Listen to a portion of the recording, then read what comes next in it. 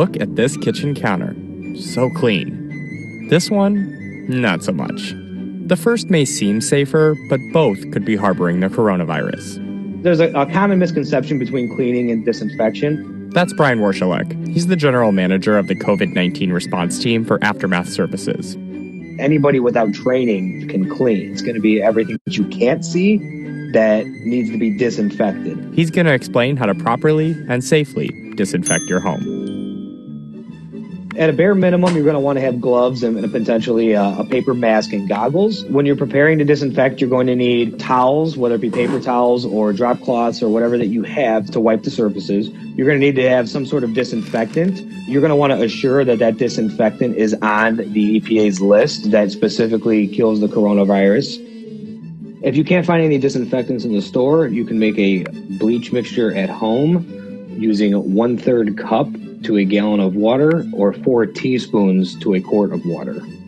When working with bleach, make sure that you're in a well-ventilated area and wearing the proper PPE. Step 1 is going to be identifying the surfaces that you're going to disinfect. So you're going to pick out your high-touch areas, whether it be your light switches, faucets, doorknobs, things that you know for sure you're going to touch, things that you wouldn't even think twice, when you touch it on normal circumstances, but you're going to have to really have heightened senses of what you touch on a regular basis. And even outside of the home, there are certain surfaces that you probably are going to want to disinfect: your exterior doorknobs, your mailbox, the handle to your vehicle, things like that you wouldn't normally think would be high touch, but you do touch them every day. Step 2 is going to be preparing the surface for disinfection. You're going to do this by using the towels that you have available with warm water or warm soapy water. You're going to wipe down all of the surfaces that you are going to be disinfecting to remove any surface gross filth, dust, debris, whatever it may be. Now that you've cleaned the surfaces, they may appear clean, they may appear that there's nothing there, but it's going to be what you can't see: the microscopic bacteria, microbials, viruses that you can't see that you have now prepared the surface for the disinfectant to work on. Step 3 is disinfect your surfaces. Now that your surfaces are ready to disinfect, you're going to want to don whatever PPE that you do have available.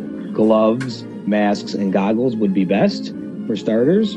Then once you have on your PPE and you're ready, you're going to apply the disinfectant. If your disinfectant is coming through a spray bottle, you're going to want to mist it onto the surfaces. You're going to want to make sure that you are not saturating or leaving cooling behind. You need the disinfectant to do its job, and it needs to be misted onto the surface, and it has to stay damp for the allotted cure time. If you have a wipe, you're going to want to remove it from the container that it's in. Apply it to the surfaces by wiping back and forth across the surface. You're going to use that wipe until it starts to dry up and it's no longer leaving any disinfectant behind. Step 4 is wait. You're waiting for the disinfectant to do its job. It varies by disinfectant. Some can be as soon as instantaneous, and some can be up to 10 minutes. Always refer to the label that's on the bottle, or refer to the CDC's recommendations for how long to let it cure. Step 5 is going to be to rinse the surfaces. The best practice is going to be to fold a kitchen towel into fourths, damp that towel, and then use one side of it to do one sweeping motion. Open it up, use the other side of it. That way you're getting the most out of that towel when you're rinsing the surfaces. It's best practice that each swipe is about 5 to 8 feet. If you're using paper towels, one towel folded in half should cover the same 5 to 8 feet. After this, the surfaces will air dry, or you can dry them by hand with another paper towel or another towel you have available. After you are completely done with disinfecting, you should probably repeat the process depending on your lifestyle. If you're in and out of the home several times a day, you're going to want to do it several times a day. If you work from home, 2-3 times a day should suffice.